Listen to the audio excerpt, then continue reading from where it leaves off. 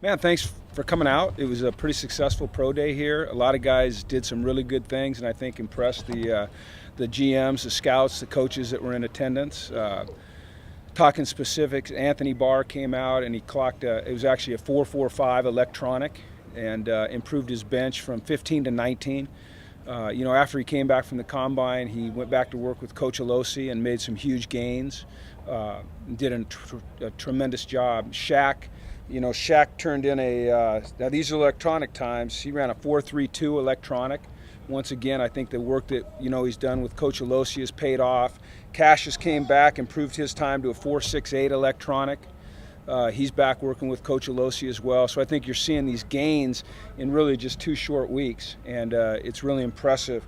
You see a guy like X, and one of the things that was really impressive about X is him sitting there with the scouts and the coaches, and they're saying, why is this guy doing all these drills? He did so well at the combine. And it just goes to show the character of Xavier. He always wants to be competing. He always wants to be improving. His electronic 40 was a 4.88. Very impressive. A lot of these scouts out here today think that he's the best guard in the draft. I had 2 scouts tell me that he was the best guard coming out since Steve Hutchinson, which is saying a lot. Now, that's just a couple guys' opinion. That's obviously not all 32 teams' opinions, but pretty impressive showing by him. Jordan Zumwalt ran a 4.61 electronic, did a really nice job. Damian Thig, we had a number of guys under 4.4. Now, once again, these are electronic, okay, which is different than a handheld, but it's a more true time, and Thiggy was a 4.36. Stan McKay was a 4.38. Malcolm Jones ran a 4.57, really had a good day for the scouts today. Brandon Sermons ran a 4.39. We had a couple guys come back that gave it a shot last year. Aaron Hester ran a 4.37. Jerry Johnson ran a 4.31, once again electronic. Now, those times, people are going to hear that and they're going to go, that's insane. No, you don't have that many fast guys. Once again, these are electronic times, okay? And if I was out there scouting and I heard that, I'd say, I don't know about that. But once again, they're pretty true times. But it was a successful day. It's a great way to showcase what's happening around here. Today was all about those guys, though. We try to create an environment here where they can go out and have a job interview, because that's what it is for them. And I thought they all showed very, very well. Coach, did you feel like a proud papa watching your guys out on the field and watching them grow and how they've grown and matured over the last few weeks? Yeah, it's interesting. I've been to hundreds of these pro days, hundreds of them, in 6 years that I was coaching in the NFL. But they're all, it's so different when it's guys that you've coached. There's a different energy, a different excitement, a different anticipation, anxiety, and it's really fun to see those guys come out and do well. Oftentimes when you're a pro day as a pro coach, you're there to see one guy. And here I'm seeing 15 or 16 or 17 kids that I really care about, and it's exciting when they do something well. And because of your previous experience, you were able to really give them a little more insight that maybe they couldn't get at other places. Well, just having the experience I've had in the NFL, and Coach Alosi having that experience, and Coach Olbrich, and Coach Clem, and Coach Yarber, and really Coach Polamalu is we're able to really teach them what it takes to perform well out here, to be ready to go at the next level, from a mental standpoint, from a work ethic, from a mindset, how to prepare to watch film, all of those things, because we've all been there. And I think it's a real advantage in this program having had that. And I think it's showing up. I think it's showing up in a big way. Jordan said that your final instructions in the corner were don't tense up. Yeah. Don't overdo it. Did you feel that they were pretty loose out there today? Yeah, I thought they were all very confident, and they should be confident because they're very well prepared. If you have the chance to work with Sal Alosi, you're going to be prepared. All you have to do is what he asked you to do, and you're going to be prepared. And I think that they all came out here with a great deal of confidence because they knew that they were prepared. We've spent the last 2 years preparing them not only for this moment, but for the moments that are about to enter their life at the NFL level. And I think they're very confident, and they should be. With AB, it seemed like in the last few months he was maybe dropping a little bit on mock drafts. Mock drafts are typically made by guys that have a limited access to information. They don't get to see the entire picture. Typically, unless you're a guy like Mike Mayock, you don't get to watch a lot of game film. Now, you might watch TV copies, but you don't get to watch coaches' film, and you get a different perspective when you're watching coaches' film. And it's the GMs, it's the head coaches, it's the coordinators and the position coaches that are going to determine where a guy's picked. So, I mean, I think it's fun. It's interesting to pay attention to the mock drafts, but they're when it gets right down to it, they're all kind of what they are, which is just, prognostications on paper by guys that don't know the entire picture. With your NFL experience, does he still kind of strike you as a guy who seems like a top 5? Anthony? Yeah. I think definitely in the top 10 from what I got from the guys today. And they understand with Anthony the ceiling is so high. He's only played the position for 2 years, and they see the talent. And then, he comes out today and he runs a 4.45 at 247 pounds and 6'4.5", and then he goes and he benches 19 times, which is a 4-rep improvement over 2 weeks ago. And so they understand that there's so much room for growth. You look at a guy like Xavier Suafilo, and the athleticism and the footwork that he showed out there, plus the stamina. I mean, those coaches, you come in here with an agenda. It's to find out a lot about these kids, what their work ethic is, what their threshold is, how far can you push them, how are they going to react when you're pushing them. It's not just about watching athleticism, about diving into their character. And I think that our guys really show well when it comes to that, when it comes to character and work ethic and toughness and the things that are important to the scouts, the people at the next level. After the combine, did you provide a lot of input for them on how you would want to see them improve before pro day today? Yeah, I mean, a little bit. My first suggestion was come back and work with Coach Alosi. We've got Dayton Jones works out here. Jonathan Franklin works out here. These are guys that have been with Coach Alosi. They've been at the next level. They've chosen to come back here. This is the guy that knows their bodies the best. He knows how to push them. He's a guy that is one of the most respected strength and conditioning coaches, not just in college football, but in all of football. So it doesn't make any sense to me why anyone would go anywhere else to train. Those guys came back here. They showed tremendous improvement, and they're going to stick with him. Jim, what is your opinion on the debate about how much this stuff matters compared to kind of guy play? Where have you always fallen in that regard? You got to look at the film, but this is a chance to come out and see a guy on the hoof, as they say, see what his body structure looks like, watch him move through drills, see how competitive he is in an environment like this. It's an opportunity to interview these guys, watch film with them. The San Diego Chargers were in this morning watching film with Anthony Barr at 7:30 in the morning, and to pick his brain on football to the extent that you're not able to do at the Combine. At the Combine, you get 15 minutes. Here, they can have all day. What I used to do is call a guy and say, hey, listen, I'm staying at, for instance, the W Hotel. Pick me up at this time, pick out a restaurant, and we'll go have dinner and see if the guy was on time. Was his car clean or was it a mess? Did he have a restaurant picked out? Did he know how to get to the restaurant? Was he responsible? Was he on time? And then the next day, watch film. Can he talk about the position?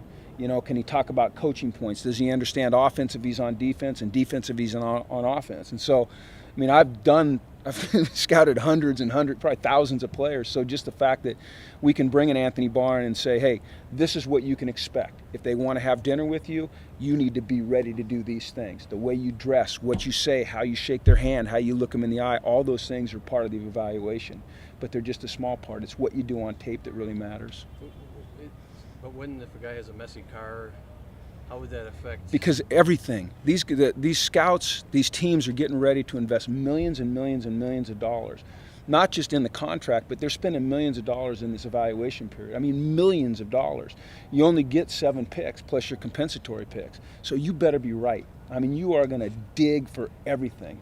And it might just be the most minuscule thing that makes a difference between being drafted in the top 5 and being drafted 13 or 18. And you're talking about millions of dollars of difference in those jumps. So I'm telling you what, you evaluate everything to the point where you go way overboard. But you got to know. You've got to know that you're making the right decision. So did you ever, in your years of doing this, get hung up on somebody over something and then think back, maybe that wasn't as big a deal as I tried not to. I think that what it is you're looking for red flags. And if the red flag pops up, you go back and you investigate it. Guy didn't run so well. Why? Guy's Wonderlic test isn't so good. Is there a reason? I need to get in front of him. I need to talk about him. Maybe he doesn't read as fast as, player B.